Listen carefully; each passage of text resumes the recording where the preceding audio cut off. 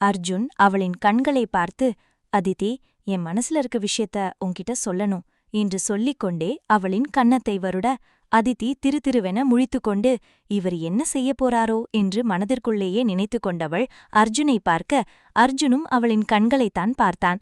அர்ஜுன் அதிதியின் கன்னத்தை மெதுவாக பிடித்து, நான் உன்ன என்று அவன் முழுதாக சொல்ல வருவதற்குள் அதிதியின் போன் அலறியது. அந்த சத்தத்தில் அர்ஜுன் தான் சொல்ல வந்ததை நிறுத்திவிட்டு அதிதியின் போன் இருக்கும் டேபிளை திரும்பி பார்க்க, அந்த போன் ஸ்கிரீனில் பிரவேந்திரன் என்ற பெயர் இருக்க, அர்ஜுனுக்கு உள்ளுக்குள் பேய் பிடித்தது போல் அதிதியை திரும்பி கோபத்தில் பார்த்தான். அதிதி வேகமாக அந்த போனை அட்டெண்ட் செய்து, ஹலோ, சொல்லுங்க இந்திரன் என்று அவள் ஒரு வார்த்தைதான் பேசியிருப்பாள். அவள் கையிலிருந்த போனை பிடுங்கிய அர்ஜுன் அதை லவுட் ஸ்பீக்கரில் போட்டவன் மீண்டும் அதிதி கையிலே போனை கொடுத்தான். அதிதி போனை கையில் வைத்துக்கொண்டே அர்ஜுனின் முகத்தையும் போனையும் பார்த்தாள். மறுமுனையிலிருந்த பிரவேந்திரன் மிகவும் பதட்டமாக, அதிதி, நியூஸ் பேப்பர்ல உனக்கும் அர்ஜுனுக்கும் கல்யாணம் நடந்த மாதிரி போட்டோவோட வந்திருக்கு, இதெல்லாம் ஃபேக் தானே சொல்ல அதிதி என்று கேட்டான். அதிதி என்ன பதில் சொல்வதென்று தெரியாமல் எச்சிலை கூட்டி விழுங்கியபடி அர்ஜுனையே பார்க்க, அர்ஜுன் கனலாக எரிந்து கொண்டு அவளை பார்த்து முறைத்தான். பிரவேந்திரனோ போனில், இதுக்கு மேல நீ அங்க இருக்கிறது சரிப்பட்டு வராது, நீ உடனே வீட்டை விட்டு கிளம்பி வா, நம்ம 2 பேரும் கல்யாணம் பண்ணிக்கலாம், இனிமேல் நீ ஏன் கூட தான் இருக்கணும் என்றான். அதை கேட்ட அர்ஜுனுக்கு கோபத்தில் கழுத்து நரம்புகள் அனைத்தும் புடைத்து கொண்டு வெளியே தெரிய, பல்லை கடித்தவன் அதிதியின் இடையை பிடித்து நசுக்க அவள் வலியில் அலறினாள். அவள் எதற்கு கத்துகிறாள் என்று தெரியாத பிரவேந்திரன், என்னாச்சு அதிதி, ஏன் கத்துற என்று கேட்டான். அதிதி எந்த ஒரு பதிலும் சொல்லாமல் இருக்க, அர்ஜுன் அவளை தன் அருகே நெருக்கமாக பிடித்து இழுத்து அவளின் கழுத்திலே முத்தம் கொடுத்தான். அந்த சத்தம் போனில் இருப்பவனுக்கு கேட்க வேண்டும் என்பதற்காகவே சத்தமாக முத்தம் வைத்தான். அதிதி சத்தம் போடாமல் அவனை தடுக்க பார்க்க, அவளின் 2 கைகளையும் இறுக்கி பிடித்து கொண்ட அர்ஜுன் அவள் உடல் எங்கும் வேண்டுமென்றே சத்தம் போட்டு முத்தம் கொடுத்து கொண்டு இருந்தான். அதிதி, என்ன பண்ணிட்டு இருக்க, ஏதாவது பேசு என்று பிரவேந்திரன் போனில் கேட்க, அர்ஜுன் மீண்டும் அதிகமாக சத்தம் போட்டு முத்தம் கொடுத்து அவளின் உடலை ஆடை மீதே கடித்து வைத்தான். அதிதியால் அவனை விளக்கவும் முடியாமல் வலியில் கத்தவும் முடியாமல் திணறிக் கொண்டிருந்தாள். அர்ஜுன் மேலே நிமிர்ந்து இப்போது அவளின் இதழை நோக்கி வர, அதிதி கண்களால் அவனிடம் கெஞ்ச, அர்ஜுன் அதையெல்லாம் பொருட்டாக கூட மதிக்காமல் அவளின் இதழை சிறைப்பிடித்துக் கொண்டான். அதிலும் அர்ஜுன் சத்தம் போடாமல் இல்லை, இருவரும் ஒன்றாக ஒற்றுமையாக இருக்கிறார்கள் என்று பிரவேந்திரனுக்கு தெரிய வேண்டும் என்று அவன் செய்தான். ஆனால் அதிதிக்கு இன்னொருவன் கேட்கும்போது அர்ஜுன் முத்தம் கொடுப்பது அவளுக்கு ஏனோ சங்கோஜமாக இருந்தது. அர்ஜுன் அதை சொன்னால் கேட்கும் ரகமில்லை என்பது அவளுக்கும் நன்றாக தெரியும். ஆனால் இப்படி ஒரு சூழ்நிலையில் அவள் என்னதான் செய்வாள்? அந்த போனை ஆஃப் செய்ய முடியாமல் அவளின் 2 கைகளும் அவனின் பிடியில் இருந்தது. வேறு வழி இல்லாமல் அதிதி அர்ஜுனின் முத்தத்திற்கு அவளும் ஒத்துழைக்க, அர்ஜுனின் கையை பிடித்திருந்த அர்ஜுனின் பிடி லேசாக தளர்ந்தது. அவன் கையை விட்ட மறுநொடி அதிதி அந்த போனை எடுத்து பிரவேந்திரனின் அழைக்கை துண்டித்து விட்டாள். ஆனால் அர்ஜுனிடம் நன்றாக சிக்கிக் கொண்டாள். அவன் அதிதியின் இடையை சுற்றி வளைத்து தன்னோடு இறுக்கி பிடித்து கொண்டவன் அவளின் காதோரம் லேசாக மூக்கை வைத்து உரசிக்கொண்டே, அதிதி, ஐ லவ் யூ, நான் உன்னை காதலிக்கிறேன் என்றான். அதிதிக்கு அவள் காதுகளை அவளாலே நம்ப முடியவில்லை. திருந்தி அர்ஜுன் முகம் பார்க்க, அவனோ கண்களை மூடி மௌன நிலையில் அவளின் கழுத்தில் முகம் வைத்துக் கொண்டிருந்தான். அவனை பின்னால் தள்ளிவிட்ட அதிதி வேகமாக கட்டிலிலிருந்து எழுந்து சுவரோரம் ஒட்டிக்கொண்டு நின்றாள். நான் உங்களை நம்ப மாட்டேன், நீங்க பொய் சொல்றீங்க என்றாள். அர்ஜுன் புரியாமல் அவளை பார்த்து, என்ன பொய் என்று கேட்டான். இவ்ளோ நேரம் நீங்க சொல்லிட்டு இருந்ததெல்லாம் பொய்தான். அன்னிக்கு நான் உங்களை அடிக்கும்போதே கல்யாணத்துக்கு அப்புறம் உனக்கு இருக்குன்னு என்ன மிரட்டிட்டு போனீங்க. இன்னிக்கு வந்து லவ் பண்றதா சொல்லி என்ன நம்ப வச்சு ஏமாத்தி உங்க பழிய தீத்துக்க பாக்குறீங்க என்று அதிதி சொல்ல, அர்ஜுன் வாய்மேல் கை வைத்து அவள் பேசுவதை தான் உறைந்து போய் கேட்டுக்கொண்டிருந்தான். அர்ஜுன் அவளிடம் எழுந்து வந்து, உனக்கு இந்த அளவுக்கு மூளை வேலை செய்யுமா என்று நக்கலாக கேட்டான். ஏன் மூளைக்கு என்ன, எனக்கு மூளை இருக்கிறதாலதான் யார்கிட்டயும் ஏமாறாம இருக்கேன் என்று சொன்னாள்.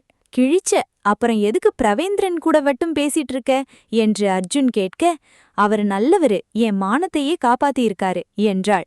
அர்ஜுன் கோபத்துடன், சும்மா அதையே சொல்லிட்டு இருக்காத, உண்மையிலே அன்னிக்கு அங்க என்ன நடந்துச்சுன்னு உனக்கு தெரியுமா என்று அர்ஜுன் கேட்டான். தெரியும், எல்லாமே எனக்கு தெரியும். அன்னிக்கு அந்த குடிகாரங்க கிட்ட இருந்து என்ன காப்பாத்திட்டு போனவரு என்ன சேஃபா பாத்துக்கிட்டாரு. நான் நைட்டு முழுக்க மயக்கத்திலேதான் இருந்தேன். அவரு நினைச்சு இருந்தா என்னை என்ன வேணாலும் பண்ணியிருக்க முடியும். ஆனா என் மேல அவரோட சுண்டு விரல் கூட படல. அவர்தான் நல்லவரு. நீங்க என் மானத்தை என்கிட்ட இருந்து திருட பாக்குறீங்க. அன்னிக்கு அந்த குடிகாரங்களை அனுப்பிவிட்டதும் கூட நீங்க தானே என்றாள். அர்ஜுன் அதிர்ச்சியோடு அவளை பார்த்து, நானா? நான் அனுப்புனத நீ பாத்தையா? உனக்கு அந்த பிரவேந்திரன் நல்லவன், நான் மோசமானவனா என்று கேட்டான். அதித்தி, ஆமா, அன்னைக்கு மோகன் அங்கிளும் சந்திரிகா ஆண்டியும் பேசிட்டு இருந்தத நான் கேட்டேன். நீங்க தான் அந்த குடிகாரங்கள அனுப்பியிருக்கீங்க என்று அதித்தி உறுதியாக சொல்ல, சரிடி, நான் தான் ஆளுங்கள அனுப்புனேன். அந்த பிரவேந்திரன் தான் உன்னை காப்பாத்தனா, அப்படியே நீ வெச்சுக்கோ. அதுக்காக அந்த பிரவேந்திரன் உனக்காக ஒரு டிடெக்டிவ் ஏற்பாடு பண்ணனான்ல, அந்த ஆளு பிரவேந்திரனோட ஆளா இருக்கும்போது என்னோட கல்யாணத்துக்கு எதுக்கு வரணும் என்று கேட்டான். அதித்தி யோசித்துக் கொண்டே, ஒருவேளை என்ன ஃபாலோ பண்ணிட்டு வந்திருப்பாரு என்று சந்தேகத்துடன் சொல்ல, லூசா அதித்தி நீ? இன்வைட் கார்டு இல்லாம அந்த பேலஸ்குள்ள யாரையுமே விடமாட்டாங்க, யோசிக்கவே மாட்டியா என்று கடுப்பாக அர்ஜுன் சொன்னான். அதித்திக்கும் மண்டையில் உரைக்க, ஆமால்ல, அப்புறம் எப்படி அவங்க உள்ள வந்தாங்க என்று அவனிடமே கேட்டாள்.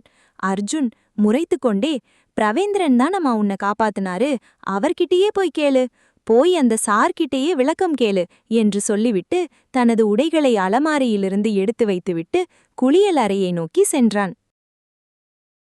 ஒரு இருட்டு அறையில் இருந்து காஞ்சனா மயக்கம் தெளிந்து எழுந்தாள். அங்கிருந்து எழுந்தவள் வெளியே வந்து பார்க்க அந்த இடமே வெறிச்சோடி கிடந்தது. அவள் சுற்றி பார்த்துவிட்டு, நான் எப்படி இங்க வந்தேன், கல்யாண மண்டபம் எங்க என்று யோசித்துக் கொண்டே திரும்ப, அப்போதுதான் அவளுக்கு கல்யாணம் ஞாபகம் வர, அச்சச்சோ, இன்னைக்கு எனக்கு கல்யாணமாச்சே, நான் இங்க இருக்கேன், உடனே போகணும் என்று சொல்லி வழியில் வந்து கொண்டிருப்பவர்களிடம் வழி கேட்டு அந்த பேலஸ்க்கு வந்தாள். அந்த இடத்தில் இப்போது யாருமே இல்லை.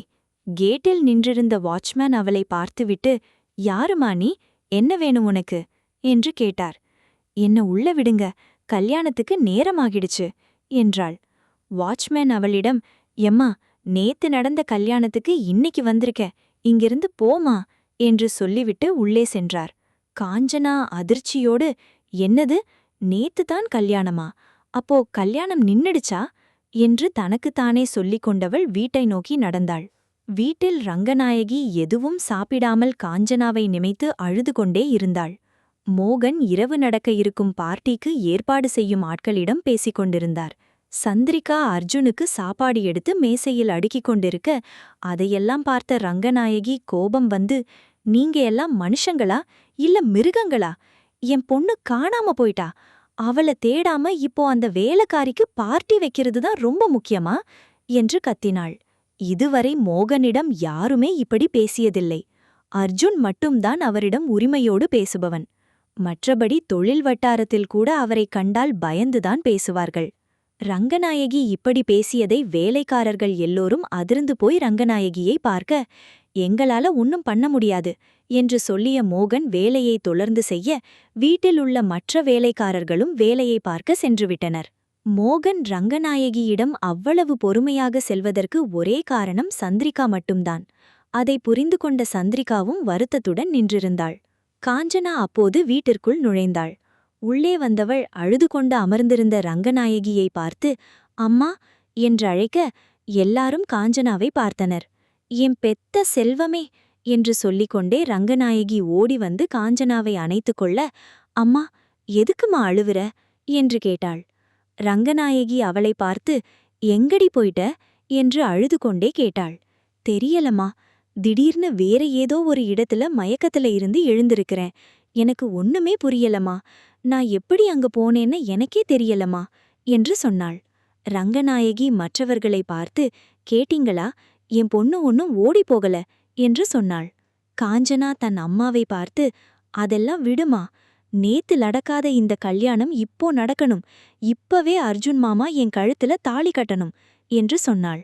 அனைவரும் அமைதியாக நிற்க ரங்கநாயகி தலையிலே ரடித்துக்கொண்டு அழுதாள். காஞ்சனா எதுவும் புரியாமல் குழப்பத்துடன், அம்மா, எதுக்குமா அழுவுற என்று கேட்டாள். ரங்கநாயகி அழுது கொண்டே, நான் என்னத்த சொல்றது, நேத்து நீ காணாம போன உடனே இந்த சதிகார குடும்பம் உனக்கு ஓடுகாலி பட்டம் கொடுத்துட்டு அந்த வேலைக்காரிக்கு மகாராணி பட்டம் கொடுத்துட்டாங்கடி, அர்ஜுன் அந்த அதிதி கழுத்துல தாலி கட்டிட்டாண்டி என்று சொல்லி அழுதாள். காஞ்சனா திகைத்து, என்னம்மா சொல்ற, அர்ஜுன் மாமாவுக்கும் அந்த அதிதிக்கும் கல்யாணம் நடந்துடுச்சா?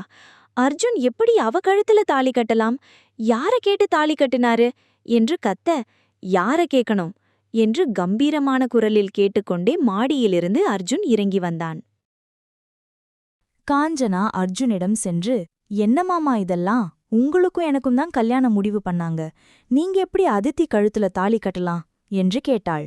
அதெல்லாம் சரி, தாலி கட்டுற நேரத்துல நீ எங்க போன என்று தனது கையிலுள்ள கைக்கடிகாரத்தை சரி செய்தபடியே கேட்டான். எனக்கே தெரியல, என்னை யாரோ கடத்திட்டு போயிட்டாங்கன்னு நினைக்கிறேன் என்று சொன்னாள். அதப்படி கடத்திட்டு போனவங்க உன்கிட்ட இருந்து எதுவுமே வாங்காம நீ போட்டிருக்க நகைய கூட எதுவும் செய்யாம உன்னை விட்டுட்டாங்க என்று அர்ஜுன் கேட்டான். எனக்கு அதெல்லாம் எதுவும் தெரியாது மாமா. முதல்ல அந்த வேலைக்காரிய கீழே வர சொல்லுங்க. நான் இருக்க வேண்டிய இடத்துல அவ இருப்பாளா? அவளுக்கு 5ஓ 10ஓ கொடுத்துட்டு அவ கழுத்துல இருக்க தாலிய முதல்ல வாங்குங்க. அதான் நானே வந்துட்டேன்ல, இனிமேல் அவ எதுக்கு? உங்களுக்கும் எனக்கும் இன்னைக்கே கல்யாணம் நடக்கணும் என்று காஞ்சனா கத்திக் கொண்டிருக்க, மோகன் அவளை பார்த்து, காஞ்சனா, என்ன பேசிட்டு இருக்க? அதித்திக்கும் அர்ஜுனுக்கும் கல்யாணம் நடந்து முடிஞ்சிடுச்சு. நீ இருக்கும்போது அர்ஜுன் ஒன்னும் அதித்தி கழுத்துல தாலி கட்டல. கடைசி நிமிஷத்துல நீ காணாம போனதுக்கு அர்ஜுனும் அதித்தியும் என்ன பண்ணுவாங்க? இது எல்லாமே விதி. நடந்ததை ஏத்துக்கோ. உனக்கு ஒரு நல்ல மாப்பிள்ளையா நானே பார்த்து கல்யாணம் பண்ணி வைக்கிறேன் என்றார். காஞ்சனா அவரை பார்த்து, ஓ, இப்போதான் எனக்கு புரியுது. உங்களுக்கு ஆரம்பத்துல இருந்தே என்ன பிடிக்கல. அதான் சரியான நேரம் பார்த்து உங்க ஃப்ரெண்டு பொண்ண உங்க பையனுக்கு கல்யாணம் பண்ணி வச்சிட்டீங்க. எனக்கு எந்த நியாயம் தர்மமும் வேண்டாம். எனக்கு வாக்கு கொடுத்தபடி அர்ஜுன் மாமா என் கழுத்துல தாலிய கட்டணும். நீங்க என்ன அவகிட்ட இருந்து தாலிய வாங்குறது? நானே அவ கழுத்துல இருக்க தாலிய அறுத்துட்டு வரேன் என்று சொல்லி படியில் ஏறப்போக அனைவரும் அதிர்ந்து போய் நின்றனர். காஞ்சனா முதல் படியில் கால் வைக்கும்போதே, இன்னும் ஒரு அடி எடுத்து வச்சா கூட உனக்கு கால் இருக்காது என்றான் அர்ஜுன். அர்ஜுன் சொல்லியதை காதில் வாங்கியவள் அடுத்த அடி எடுத்து வைக்காமல் திரும்பி அர்ஜுனை பார்த்தாள். காஞ்சனா கோபத்துடன் வந்தவள் அவனின் கோபம் நிறைந்த கண்களை பார்த்தவுடன் சற்று தாழ்ந்த குரலில், உங்களுக்கு என்னை விட அந்த வேலைக்காரிதான் முக்கியமா போயிட்டாளா என்று கேட்க, அர்ஜுன் கை காஞ்சனா கன்னத்தில் பட்டது மட்டும்தான் அனைவருக்கும் தெரிந்தது. அடுத்த நொடி காஞ்சனா சுழன்று கொண்டு ரங்கநாயகியின் காலடியில் விழுந்து கிடந்தாள். காஞ்சனாவின் கன்னம் கிண்ணம் போல் வீங்கும் அளவிற்கு அர்ஜுனின் விரல் தடங்கள் பதிந்து கிடந்தது. அர்ஜுன் காஞ்சனாவை அடித்ததை பார்த்த சேச்சியால் அதை நம்பவே முடியவில்லை. அர்ஜுன் அவ்வளவு எளிதில் பெண்கள் மீது கை வைப்பவன் அல்ல. அதித்தியைத் தவிர வேறு யாராயிருந்தாலும் 2 வார்த்தைக்கு மேல் அவன் பேசுவதே பெரியது. அப்படிப்பட்டவனா காஞ்சனாவை கன்னத்திலே அறைந்தான் என்று தனது கையை கிள்ளி பார்த்து கொண்டாள் சேச்சி. காஞ்சனாவை அதே கோபத்துடன் பார்த்த அர்ஜுன், நான் எப்போ அவ கழுத்துல என் கையால தாலி கட்டினனோ அந்த நிமிஷத்திலிருந்து அவ ஏன் பொண்டாட்டி. இந்த அர்ஜுன் மேக்தாவோட மனைவி அதித்தி மேக்தா. எனக்கு கொடுக்கிற அதே மரியாதை அவளுக்கும் கொடுக்கணும். இன்னொரு முறை உன் வாயிலிருந்து அவள வேலைக்காரின்னு சொல்றத பார்த்தா அதுதான் உனக்கு கடைசி வார்த்தையா இருக்கும். மைண்ட் இட் என்று சொல்லி அவன் திரும்பும்போது அங்கு அர்ஜுனின் பாட்டி வந்தார். நில்ல அர்ஜுன் என்று சொன்னார். அர்ஜுன் தனது பாட்டியை பார்க்க, அர்ஜுன், அந்த அதித்தியை பத்தி இப்பதான் விசாரிச்சேன். அவ வெறும் ராசி இல்லாதவன்னு மட்டும்தான் நினைச்சேன். ஆனா இப்போதான் தெரியுது அவளுக்கு ஒழுக்கமே இல்லைன்னு. அவ வேற யாரோ ஒருத்தனை லவ் பண்ணிட்டு இருக்கா என்றார்.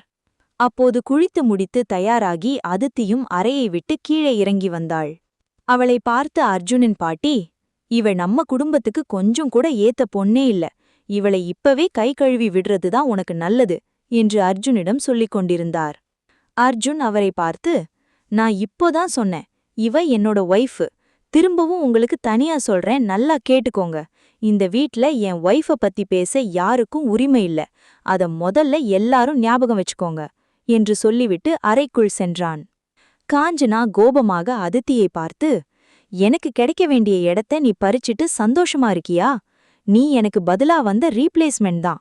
என்னைக்கா இருந்தாலும் அந்த இடம் எனக்கு மட்டும்தான் என்று சொல்லி முறைத்தவள் அவளுடைய அறைக்கு சென்றாள். அதித்தி எதுவும் பேசாமல் மீண்டும் அர்ஜுனின் அறைக்கே வந்தாள்.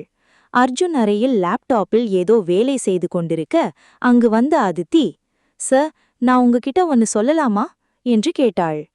சொல்லாத, கிளம்பு என்று அர்ஜுன் லேப்டாப்பில் டைப் பண்ணிக்கொண்டே சொன்னான். சார், நான் சொல்றது கொஞ்சம் கேளுங்க சார் என்று சொன்னாள். பெருமூச்சு விட்ட அர்ஜுன், சரி, என்னன்னு சொல்லு என்றான். அதித்தி தயங்கியபடி, அதான் காஞ்சனா வந்துட்டாங்களே, என்ன டிவோர்ஸ் பண்ணிட்டு அவங்களையே கல்யாணம் பண்ணிக்கோங்க. இந்த வீட்ல இருக்க யாருக்கும் இந்த கல்யாணத்துல விருப்பம் இல்ல. உங்களுக்கும் என்ன பிடிக்காது. அப்புறம் எதுக்கு நாம 2 பேரும் ஒன்னா இருக்கணும்? காஞ்சனா சொல்ற மாதிரி இன்னைக்கு அவங்க கழுத்துல தாலிய கட்டிடுங்க. நான் இந்த வீட்டை விட்டு போயிடுறேன் என்று சொன்னாள். அதை கேட்ட அர்ஜுனுக்கு காஞ்சனாவின் மீது வந்த கோபத்தை விட அதித்தி மேல்தான் அதிகமாக கோபம் வந்தது. அதித்தி அவனை வேறொருத்திக்கு தாரை வார்த்து கொடுப்பதுதான் அர்ஜுனால் சகித்துக் கொள்ள முடியவில்லை. மடியிலிருந்த லேப்டாப்பை தூக்கி ஊரமாக வைத்தவன் அவளை பார்த்து, "நீ என்ன அவ்வளோ பெரிய தியாகியா?" என்று கேட்டுக்கொண்டே அவளை நெருங்க அவளுக்கு பயத்தில் வேர்த்து கொட்டியது. அதித்தி பயத்திலே, "அப்படி இல்ல சார், அவங்களுக்கும் உங்களுக்கும் தான் கல்யாணம் நிச்சயமாச்சு. ஆனா குறுக்க வந்தது நான் தானே, அதான் நானே போயிடலாம்னு சொன்னேன்." "ஓ அப்படியா? நீ சொல்றதும் சரிதான். ஆனா உன்னை எதுவும் பண்ணாம அப்படியே விட்டா இந்த அர்ஜுனுக்கு என்ன மரியாதை? கல்யாணத்தன்னைக்கு ஒருத்தி ஓடினா, கல்யாணம் பண்ணிட்டு ஒருத்தி ஓடிட்டான்னு எல்லாரும் சொன்னா அது அர்ஜுனுக்கு தானே அசிங்கம். அதனால நீ சரியா இன்னையிலிருந்து ஒரு 3 மாசத்துக்கு எனக்கு பொண்டாட்டியா என் கூட குடும்பம் நடத்துற. அதுக்கப்புறம் நீ ஒரு சப்ஸ்டிட்யூட், என்ன உனக்கு பிடிக்கலன்னு சொல்லி உனக்கு நான் டிவோர்ஸ் கொடுத்துடுறேன். அதுக்கப்புறம் எனக்கு பிடிச்ச மாதிரி ஒரு பொண்ணா பார்த்து நான் கல்யாணமும் பண்ணிக்கிறேன். அதுக்கப்புறம் நீ எங்க போனா எனக்கென்ன? நான் சொல்ற ஐடியா உனக்கு ஓகேவா?" "எனக்கு ஓகே" என்றான். அதித்தி அவன் சொன்னதில் பதறிக்கொண்டு, "என்ன சார் இப்படி சொல்றீங்க? 3 மாசத்துக்கு மட்டும் மனைவியா வாழணும்னு சொன்னா எந்த பொண்ணு ஒத்துப்பா? ஏன் இப்படிலாம் பேசுறீங்க?" என்று கேட்டாள். "இதுதான் பிராக்டிக்கல். உன்னை ஒண்ணுமே பண்ணாம காம்பன்சேஷன்னு நான் எப்படி உனக்கு கொடுக்கறது?" என்று அர்ஜுன் கேட்க, "அதெல்லாம் எதுவும் எனக்கு வேணாம். என்னை விட்டா மட்டும் போதும்" என்று அதித்தி சொன்னவள். அர்ஜுன் அவள் கட்டியிருந்த புடவையின் முனையை பிடித்து நுகர்ந்து பார்த்தவன், "இது எந்த பெர்ஃப்யூம்னு இன்னைக்கு தெரிஞ்சுக்கிட்டே ஆகணும்" என்று சொல்லி அவளை பார்க்க, அதித்திக்கு கால்கள் நடுங்கிக் கொண்டு தரையில் நாட்டியமாடிக் கொண்டிருந்தது.